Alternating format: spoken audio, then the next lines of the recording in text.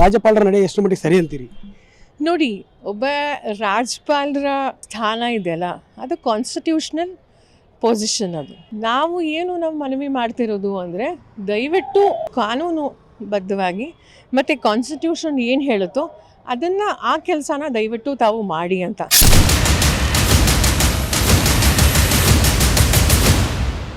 ಒಂದು ಪಕ್ಷದ ರಾಜಕೀಯ ಒಂದು BJPಯ ಕೈಬೊಂಬೆಯಾಗಿರಬಾರ್ದು.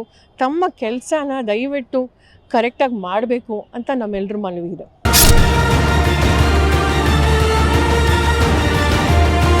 ಸುಮ್ಮನೆ ಕೆಟ್ಟ ಹೆಸರು ತರಕ್ಕೆ ಈ ರೀತಿ ಒಂದು ರಾಜಕಾರಣ ಮಾಡ್ತಿದ್ದಾರೆ. ಸೊ ಸುಮ್ಮನೆ ಇದು ಹಸುವಿಗೆ ಔಷಧಿ ಇಲ್ಲ ಅಂತ ಹೇಳ್ತಾರೆ. ಹಾಗಾಗಿ ಅವ್ರಿಗೆ ಅವಕಾಶ ಇದ್ದಾಗ ಅವ್ರ ಜನರಿಗೆ ಒಳ್ಳೇದು ಮಾಡಲಿಲ್ಲ. ನಾವು ಒಳ್ಳೇದು ಮಾಡ್ತಿರುವಾಗ ಅವ್ರಿಗೆ ಹೊಟ್ಟೆ ಕಿಚ್ಚು ಹಸುವೆ ಏನು ಮಾಡೋದು? CM ಸಿದ್ದರಾಮಯ್ಯ ವಿರುದ್ಧ ರಾಜ್ಯಪಾಲರು ನೀಡುವಂತಹ ಪ್ರಾಸಿಕ್ಯೂಷನ್ ಅನುಮತಿಯನ್ನು ವಿರೋಧಿಸಿ ಇವತ್ತು ಏನು ರಾಜ್ಯಭವನ ಚಲೋ ನಡೀತಾ ಇದೆ. ಕಾಂಗ್ರೆಸ್ ನಾಯಕರು ಇವತ್ತು ಏನು ಪ್ರಾಸಿಕ್ಯೂಷನ್ ನೀಡುವಂತಹ ಒಂದು ಕ್ರಮವೇ ಸರಿಯಲ್ಲ ಅನ್ನೋದು ವಿಚಾರವನ್ನು ಇಟ್ಕೊಂಡು ಇವತ್ತು ಹೋರಾಟ ಮಾಡ್ತಿದ್ದಾರೆ. ಮೇಡಮ್, ನೀವು KPC ಅಧ್ಯಕ್ಷೆಯಾಗಿದ್ದೀರಿ, ಇದೀಗ ರಾಜ್ಯಪಾಲರ ನಡೆ ಎಷ್ಟು ಮಟ್ಟಿಗೆ ಸರಿ ಅಂತೀರಿ?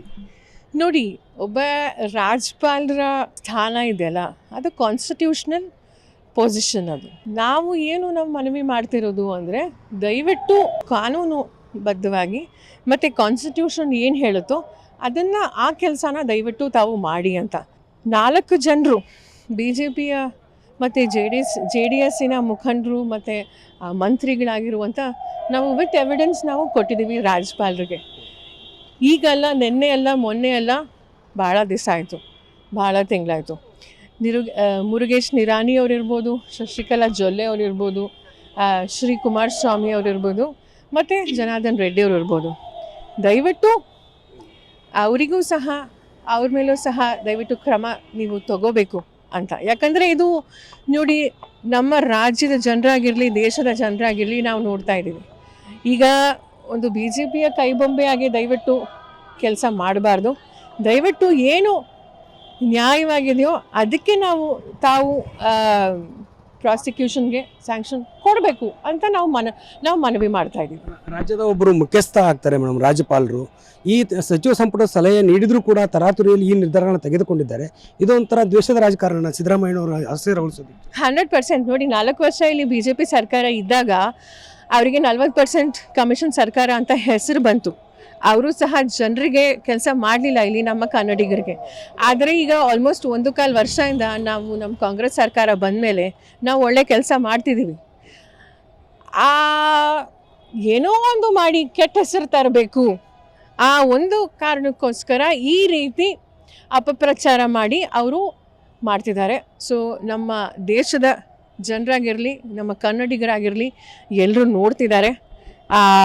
ದಯವಿಟ್ಟು ಒಂದು ಪಕ್ಷದ ರಾಜಕೀಯ ಒಂದು BJPಯ ಕೈಬೊಂಬೆಯಾಗಿರಬಾರ್ದು. ತಮ್ಮ ಕೆಲಸನ ದಯವಿಟ್ಟು ಕರೆಕ್ಟಾಗಿ ಮಾಡಬೇಕು ಅಂತ ನಮ್ಮೆಲ್ಲರ ಮನವಿ ಇದೆ. ಮೇಡಮ್, ನೀವೀಗ ಮಹಿಳಾ ಘಟಕದ ಅಧ್ಯಕ್ಷರಾಗಿದ್ದೀರಿ. ಅದರ ಜೊತೆಗೆ ಗ್ಯಾರಂಟಿ ಯೋಜನೆಗಳು ಸಾಕಷ್ಟು ಹೆಣ್ಮಕ್ಳಿಗೆ ಯೂಟಿಲೈಸ್ ಆಗ್ತಿದೆ. ಇಂಥ ಸಂದರ್ಭ CM ಸಿದ್ದರಾಮಯ್ಯರು ಅವರ ಪರವಾಗಿ ನಿಂತಿದ್ದಾರೆ, ಹೆಣ್ಮಕ್ಳ ಪರವಾಗಿ ನಿಂತಿದ್ದಾರೆ. ರಾಜ್ಯದ ಹೆಣ್ಮಕ್ಳಿಗೆ ಏನು ಕರೆ ಕೊಡೋಕ್ಕೆ ಇಷ್ಟಪಡ್ತೀವಿ? ನಮ್ಮ 7 ಕೋಟಿ ಕನ್ನಡಿಗರು, ಎಲ್ಲ ಹೆಣ್ಮಕ್ಳು, ನಾವೆಲ್ಲರೂ ಸಹ ನಮ್ಮ ಮಾನ್ಯ ಜನಪ್ರಿಯ ಮುಖ್ಯಮಂತ್ರಿ ಸಾಹೇಬರಾದಂಥ ಸಿದ್ದರಾಮಯ್ಯ ಸರ್ ಜೊತೆ ನಾವು ಇದ್ದೀವಿ. ಯಾಕಂದರೆ ನಮ್ಮ ಪಕ್ಷ ಪ್ರತಿಯೊಬ್ಬ ಜಾತಿ, ಪ್ರತಿಯೊಬ್ಬ ವರ್ಗ, ಪ್ರತಿಯೊಬ್ಬ ಧರ್ಮದವ್ರಿಗೆ, ರೈತರಾಗಿರಲಿ, ಕಾರ್ಮಿಕರಾಗಿರಲಿ, ಬಡವರಾಗಿರಲಿ, ಮಧ್ಯಮ ವರ್ಗದವ್ರಿಗಾಗಿರಲಿ, ವಿಶೇಷವಾಗಿ ಮಹಿಳೆಯರ ಜೊತೆ ನಮ್ಮ ಪಕ್ಷ, ನಮ್ಮ ಕಾಂಗ್ರೆಸ್ ಸರ್ಕಾರ ಇದೆ. ಹಾಗಾಗಿ ವಿಶೇಷವಾಗಿ ಮಹಿಳೆಯರಿಗೋಸ್ಕರ, ಮಹಿಳೆಯರು ಸಬಲೀಕರಣಕ್ಕೋಸ್ಕರ ಈಗೆಲ್ಲ ಗ್ಯಾರಂಟಿಗಳು ನಮ್ಮ ರಾಜ್ಯದಿಂದ ನಮ್ಮ ಸರ್ಕಾರ, ವಿಶೇಷವಾಗಿ ಸಿದ್ದರಾಮಯ್ಯ ಸರ್ ಅವರು ಮಾಡ್ತಿದ್ದಾರೆ. ನಾವೆಲ್ಲರೂ ಸಹ ಅವ್ರ ಜೊತೆ ಇದ್ದೀವಿ ಅಂತ ನಾನು ಹೇಳಕ್ಕೆ ಬಯಸ್ತೀನಿ.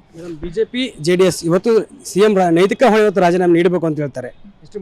ಸರ್, ಈಗ ಎವಿಡೆನ್ಸ್ ಇದ್ದರೆ ಮಾಡ್ಬೋದು, ಏನೂ ಇಲ್ಲ. ಸುಮ್ಮನೆ ಕೆಟ್ಟ ಹೆಸರು ತರಕ್ಕೆ ಈ ರೀತಿ ಒಂದು ರಾಜಕಾರಣ ಮಾಡ್ತಿದ್ದಾರೆ. ಸೊ ಸುಮ್ಮನೆ ಇದು ಹಸುವಿಗೆ ಔಷಧಿ ಇಲ್ಲ ಅಂತ ಹೇಳ್ತಾರೆ. ಹಾಗಾಗಿ ಅವ್ರಿಗೆ ಅವಕಾಶ ಇದ್ದಾಗ ಅವ್ರ ಜನರಿಗೆ ಒಳ್ಳೇದು ಮಾಡಲಿಲ್ಲ. ನಾವು ಒಳ್ಳೇದು ಮಾಡ್ತಿರುವಾಗ ಅವ್ರಿಗೆ ಹೊಟ್ಟೆ ಕಿಚ್ಚು ಹಸುವೆ ಏನು ಮಾಡೋದು? Thank you. ಇದಿಷ್ಟು KPCCಯ ಮಹಿಳಾ ಘಟಕದ ಅಧ್ಯಕ್ಷ ಆಗಿರುವಂತಹ ಸೌಮ್ಯ ರೆಡ್ಡಿ ಅವರ ಮಾತು. CM ಸಿದ್ದರಾಮಯ್ಯ ವಿರುದ್ಧ ಏನೋ ಕುತಂತ್ರ ರಾಜಕಾರಣವನ್ನು ಮಾಡ್ತಿದ್ದಾರೆ, ಅಸೂಯೆ ರಾಜಕಾರಣ ಮಾಡ್ತಿದ್ದಾರೆ ಅನ್ನುವಂಥ ಮಾತನ್ನು ಹೇಳ್ತಾ ಇರುವಂಥದ್ದು. ಕ್ಯಾಮರಾ ಪರ್ಸನ್ ಯುವರಾಜ್ ಜೊತೆ ದುರ್ಗೇಶ್ ನಾಯಕ, guarantee news, Bengaluru. Guarantee news, ಸುದ್ದಿ ಖಚಿತ, ನ್ಯಾಯ ನಿಶ್ಚಿತ.